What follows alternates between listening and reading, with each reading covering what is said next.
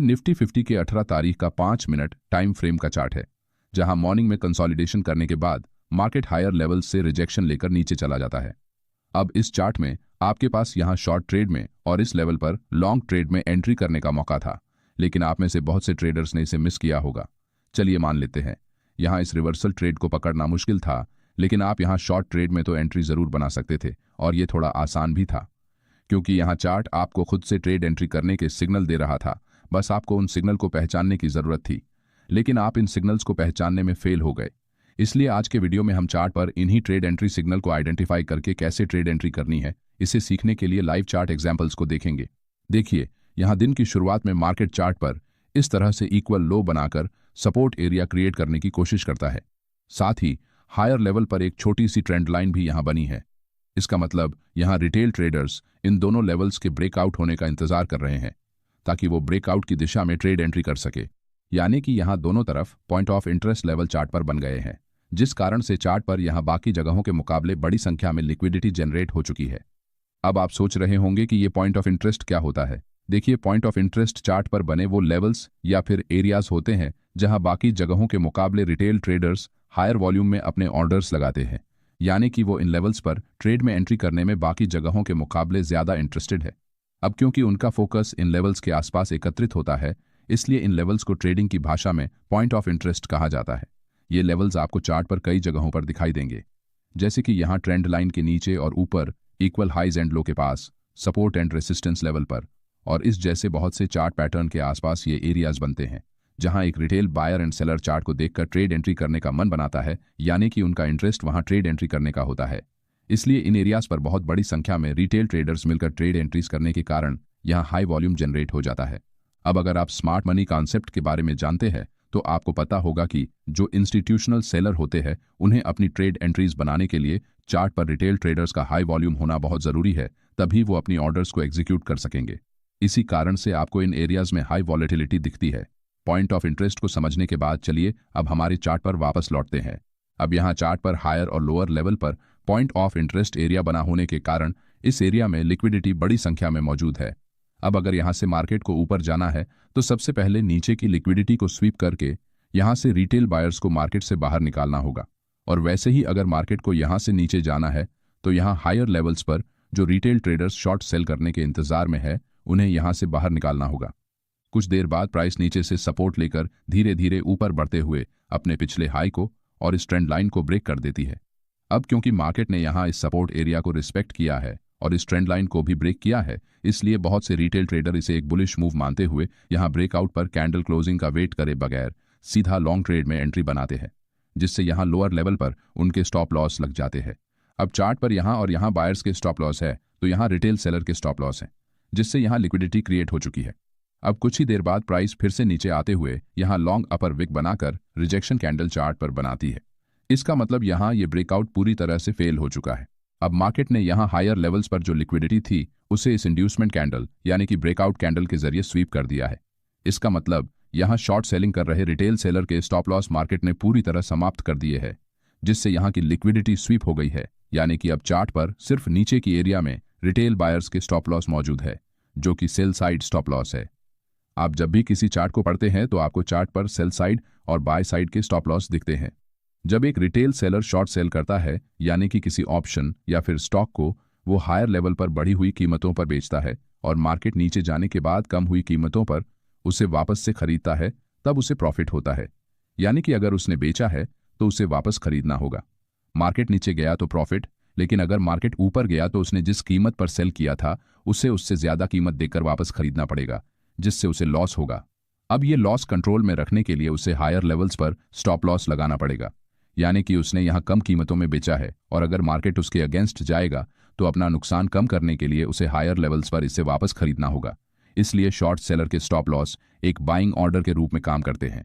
जैसे कि मैंने एक ऑप्शन को 100 रुपये में सेल किया, अब मार्केट नीचे गया तो मुझे प्रॉफिट होगा, और अगर यहाँ से मार्केट ऊपर गया तो यहाँ मुझे 100 रुपये पर बेचे हुए ऑप्शन को 120 में यानी कि ज्यादा पैसे देकर खरीदना होगा, जिससे मेरा लॉस होगा। इसी लॉस से बचने के लिए शॉर्ट सेलर हायर लेवल्स पर स्टॉप लॉस लगाते हैं, और जो बायर्स है वो जिस लेवल से बाय करते हैं उससे नीचे सेल ऑर्डर्स यानी कि स्टॉप लॉस लगाते हैं, इसलिए चार्ट पर हायर लेवल पर बाइंग लिक्विडिटी और लोअर लेवल पर सेलिंग लिक्विडिटी मौजूद होती है। ये थोड़ा सा बेसिक कॉन्सेप्ट था, लेकिन मेरा मानना है कि जब तक आपका बेसिक क्लियर नहीं होगा तब तक आप एडवांस लेवल्स को अच्छे से नहीं समझ सकते। चार्ट में मार्केट ने हायर लेवल की लिक्विडिटी को स्वीप कर दिया है। इसका मतलब अब यहाँ दो ही पॉसिबिलिटीज मौजूद है, या तो यहाँ से मार्केट नीचे मौजूद लिक्विडिटी को ग्रैब करते हुए नीचे जाएगा, या फिर अगर उसे ऊपर जाना है तो यहाँ कुछ देर तक रुककर फिर से रिटेल ट्रेडर्स की लिक्विडिटी को जनरेट करना होगा। लेकिन यहाँ हायर लेवल्स के मुकाबले लोअर लेवल्स पर बहुत बड़ी संख्या में लिक्विडिटी चार्ट पर मौजूद है। साथ ही यहाँ चार्ट पर प्राइस एक्शन के हिसाब से एक शूटिंग स्टार जैसा बेरिश कैंडलस्टिक पैटर्न बना है, जो कि हमें बेयरिश एंट्री करने का सिग्नल दे रहा है। क्योंकि यहाँ हायर लेवल से प्राइस रिजेक्शन होने के कारण इस तरह से लॉन्ग अपर विक बनाकर कैंडल नीचे आई है, और साथ ही इस रेड कैंडल ने यहाँ पिछली ग्रीन कैंडल के नीचे जाकर क्लोज किया है, जिससे ये एक कंफर्मेशन कैंडल जैसा काम कर रही है। इसलिए ये एक परफेक्ट ट्रेड एंट्री सिग्नल बना है। यानी कि हमारे पास यहाँ बेयरिश ट्रेड एंट्री करने के मुख्य 3 कारण है। एक तो यहाँ मार्केट ने ऑलरेडी लिक्विडिटी स्वीप कर दिया है, दूसरा यहाँ शूटिंग स्टार जैसा बेयरिश कैंडलस्टिक पैटर्न बना है, और तीसरा यहाँ अगर हम ट्रेड एंट्री करते हैं तो हमें लिक्विडिटी एरिया के ऊपर हमारा स्टॉप लॉस लगाना पड़ेगा, क्योंकि ये लेवल एक रेजिस्टेंस के रूप में काम करके हमारे स्टॉप लॉस को प्रोटेक्ट कर रही है। इसीलिए हम यहाँ कम रिस्क लेकर हाई प्रोबेबिलिटी ट्रेड में एंट्री कर सकते हैं। यहाँ आप अपने स्टॉप लॉस से कम डबल का प्रॉफिट टारगेट रख सकते हैं। इसी तरह से आंखें खुली रखते हुए आपको चार्ट पर ट्रेड एंट्री करने के हर एक सिग्नल को समझकर ट्रेड में एंट्री करनी है। इसके लिए सबसे पहले आपको छोटी क्वांटिटी के साथ प्रैक्टिस करनी है, ताकि आपका माइंडसेट स्ट्रांग हो सके। चलिए अब अगले एग्जाम्पल को देखते हैं। ये निफ्टी 50 के 2 तारीख का 5 मिनट टाइम फ्रेम का चार्ट है, जहां मार्केट तेजी से ऊपर जाने के बाद हायर लेवल्स पर इस तरह से कंसोलिडेशन करता है और कुछ देर बाद सीधे नीचे गिर जाता है। अब ये एग्जाम्पल भी पहले जैसा लिक्विडिटी स्वीप पर ही आधारित है, लेकिन कैसे, चलिए समझते हैं। यहाँ मार्केट जब इस कंसोलिडेशन फेज में होता है तो उस समय बहुत से रिटेल बायर्स, जिन्हें यहाँ नीचे बाइंग करने का मौका नहीं मिला, वो इस एरिया के ब्रेकआउट पर लॉन्ग ट्रेड में एंट्री करने का इंतजार करते हैं। तो कुछ रिटेल ट्रेडर यहाँ शॉर्ट सेल करने के लिए हायर लेवल पर अपने स्टॉप लॉस लगाते हैं। इससे इस एरिया में बड़ी संख्या में लिक्विडिटी जनरेट हो जाती है। कंसोलिडेशन फेज के बाद होने वाले ब्रेकआउट के मुख्य रूप से 4 प्रकार होते हैं, जिसमें सबसे पहले आता है रैली बेस रैली, जहां प्राइस इस तरह से ऊपर आने के बाद हायर लेवल्स पर रुकते हुए फिर से ऊपर जाने से पहले इंड्यूसमेंट क्रिएट करके नीचे की लिक्विडिटी स्वीप करते हुए ऊपर की तरफ रैली कंटिन्यू करती है। दूसरे कंडीशन में प्राइस ऊपर आने के बाद कुछ देर रुककर हायर लेवल्स पर इंड्यूसमेंट यानी कि फेक ब्रेकआउट क्रिएट करके लिक्विडिटी स्वीप कर देती है और रिवर्स होते हुए फिर से नीचे चली जाती है, जिसे हम रैली बेस ड्रॉप कहते हैं। तीसरे कंडीशन में प्राइस हायर लेवल से नीचे आने के बाद कुछ देर तक यहां कंसोलिडेट करती है और अपने लोअर साइड को ब्रेक डाउन करते हुए लिक्विडिटी स्वीप करके तेजी से नीचे चली जाती है। इस प्राइस एक्शन को हम ड्रॉप बेस्ड ड्रॉप कहते हैं। साथ ही चौथे कंडीशन में प्राइस नीचे आने के बाद कंसोलिडेशन फेज को ब्रेक करके लोअर लेवल्स पर इंड्यूसमेंट के जरिए लिक्विडिटी स्वीप करने के बाद रिवर्स होकर वापस ऊपर की तरफ मूव करती है, जिसे हम ड्रॉप बेस रैली कहते हैं। यहाँ ये पैटर्न मोस्टली बुलिश ट्रेंड में दिखाई देता है, तो ये पैटर्न ज्यादातर बेरिश ट्रेंड में बनता है। अब प्राइस के इन चारों कंडीशंस में आपको 2 चीजें कॉमन दिखाई देंगी। नंबर 1 इंड्यूसमेंट यानी कि फेक ब्रेकआउट, और नंबर 2 लिक्विडिटी स्वीप। जब भी मार्केट किसी कंसोलिडेशन फेज से बाहर निकलता है तो ज्यादातर समय रिटेल ट्रेडर्स को ट्रैप करने के लिए उस एरिया का ब्रेकआउट हुआ है ऐसा दिखाता है, जिससे रिटेल ट्रेडर उस ब्रेकआउट की दिशा में ट्रेड एंट्री करते हैं, जिस कारण वहां हाई लिक्विडिटी जनरेट हो जाती है। इसका फायदा उठाकर बड़े इंस्टीट्यूशंस अपने ऑर्डर्स को लगाने के लिए रिटेल ट्रेडर्स की लिक्विडिटी का इस्तेमाल करके एग्जीक्यूट करते हैं, और ये पैटर्न चार्ट पर हर टाइम फ्रेम में बनते हुए नजर आते हैं। इसलिए जब भी मार्केट में इस तरह से कंसोलिडेशन फेज बनता है तो उस समय ब्रेकआउट की डायरेक्शन में ट्रेड एंट्री करने से पहले क्या चार्ट पर इंड्यूसमेंट क्रिएट की जा रही है कि नहीं, इसे जरूर चेक करें। जैसे कि यहाँ इस इंड्यूसमेंट कैंडल के बाद मार्केट ऊपर जाने के बजाय तेजी से नीचे चला जाता है, जिससे यहाँ सभी रिटेल बायर्स ट्रैप हो जाते हैं। बिना इंड्यूसमेंट के लिक्विडिटी स्वीप नहीं होती। इस रूल को आप अपने दिमाग में परमानेंट फिट कर दीजिए।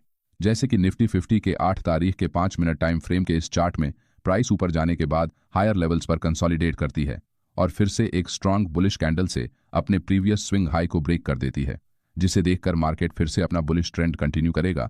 इस विचार से बहुत से ट्रेडर यहां लॉन्ग ट्रेड में एंट्री करते हैं, लेकिन कुछ ही समय में प्राइस तेजी से नीचे जाते हुए इन सभी को यहां ट्रैप कर देती है। इसका मतलब आप इंड्यूसमेंट कैंडल और लिक्विडिटी स्वीप को एक ट्रेड एंट्री सिग्नल के रूप में इस्तेमाल कर सकते हैं। फेक ब्रेकआउट को समझने के बाद चलिए अब अगले एग्जाम्पल को समझते हैं। ये बैंक निफ्टी का 15 तारीख का 15 मिनट टाइम फ्रेम का चार्ट है, जहां मार्केट धीरे धीरे ऊपर बढ़ने के बाद एक पॉइंट से सीधे नीचे गिर जाता है और दिन के अंत में लोअर लेवल्स पर क्लोज करता है। अब यहां मार्केट ने लगभग 55,000 के एक साइकोलॉजिकल राउंड नंबर लेवल से रिजेक्शन लिया है, जो कि एक ठीक बात है। लेकिन लोअर लेवल पर क्लोजिंग करने के बावजूद अगले दिन मार्केट इस साइकोलॉजिकल लेवल को रिस्पेक्ट करने के बजाय इसे ब्रेक करके सीधे ऊपर निकल जाता है। अब आपके मन में ये सवाल जरूर आना चाहिए कि ऐसा क्यों हुआ और इसके पीछे क्या कारण हो सकता है। इसे और अच्छे से समझने के लिए हम 5 मिनट के चार्ट को देखते हैं। यहां दिन के शुरुआत में मार्केट अपने प्रीवियस बुलिश ट्रेंड को फॉलो करते हुए धीरे धीरे ऊपर बढ़ता है, जिस कारण चार्ट पर बुलिश स्ट्रक्चर को देखकर बहुत से बायर्स यहां हर एक लोअर लेवल पर बाय ऑर्डर्स लगाते हैं, जिससे यहां नीचे लिक्विडिटी बड़ी संख्या में क्रिएट होती है, जिसे हम लिक्विडिटी पूल भी कहते हैं। अब लिक्विडिटी पूल का मतलब होता है जब चार्ट पर किसी एक एरिया में एक ही डायरेक्शन में कुछ अंतराल यानी कि डिस्टेंस पर रिटेल ट्रेडर के स्टॉप लॉस द्वारा लिक्विडिटी जनरेट होती है, तो उस एरिया को हम लिक्विडिटी पूल कहते हैं। अब क्योंकि यहां बहुत बड़ी संख्या में लोअर लेवल्स पर बायर्स के सेल ऑर्डर्स लगे हुए हैं, इसीलिए मार्केट जैसे ही अपने साइकोलॉजिकल लेवल्स के आसपास जाता है तो यहां से बहुत से बायर्स अपने ट्रेड को एग्जिट करने लगते हैं, जिससे यहां सेलिंग प्रेशर बढ़ने के कारण मार्केट नीचे आने लगता है। अब जो बायर्स मार्केट इस लेवल को ब्रेक करके ऊपर निकल जाएगा इस उम्मीद में हायर लेवल्स पर बाय करके बैठे हैं, वो खुद से एग्जिट करते हैं, जिससे चार्ट पर एक चेन रिएक्शन बनती है और प्राइस बहुत तेजी से हायर लेवल से नीचे गिर जाती है। अब क्योंकि यहां मार्केट ने अपने साइकोलॉजिकल लेवल को रिस्पेक्ट किया है, इसीलिए जब भी प्राइस ऊपर निकलती है तो यहां फिर से सेलिंग स्टार्ट हो जाती है, जिस कारण डे एंड में प्राइस लोअर लेवल पर क्लोज हो जाती है। अब अगर आप इस चार्ट को आप ध्यान से देखेंगे तो यहां लोअर साइड में बायर्स पूरी तरह मार्केट से बाहर निकल चुके हैं, लेकिन हायर लेवल्स पर इन एरियाज में अभी भी बहुत से शॉर्ट सेलर मौजूद हैं और इनमें से कुछ सेलर अपने ट्रेड को अगले दिन के लिए कैरी फॉरवर्ड करते हैं, क्योंकि उन्हें लगता है अगले दिन मार्केट इस एरिया से नीचे जरूर जाएगा, जिससे उन्हें प्रॉफिट होगा। इसलिए इस एरिया में लोअर लेवल के मुकाबले बड़ी संख्या में लिक्विडिटी इंटैक्ट रहती है। अब नेक्स्ट डे जब मार्केट लगभग सेम लेवल पर ओपन होकर नीचे जाने लगता है तो यहां और भी सेलर्स शॉर्ट सेल करने लगते हैं, जिससे यहां लिक्विडिटी और अधिक बढ़ जाती है। कुछ देर तक नीचे जाने के बाद मार्केट इस एरिया में बाकी बचे बायर के स्टॉप लॉस हिट करके उन्हें भी मार्केट से बाहर करते ही हायर साइड की लिक्विडिटी को ग्रैब करते हुए सीधे ऊपर निकल जाता है।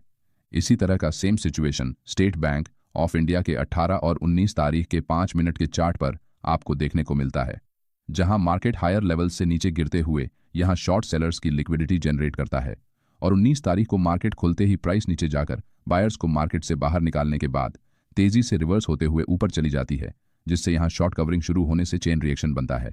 अगर आप ढूंढेंगे तो इस तरह के और भी कई एग्जाम्पल्स आपको हर जगह दिखाई देंगे। इसीलिए जब भी आप किसी चार्ट को देखते हैं तो उस चार्ट में सपोर्ट एंड रेजिस्टेंस जैसे लेवल्स ड्रॉ करने के साथ साथ यहां एक्चुअली क्या हुआ है ये जानने पर आपका फोकस होना चाहिए, तभी आप चार्ट को पढ़कर उसके मुताबिक ट्रेड एंट्री प्लान कर सकेंगे।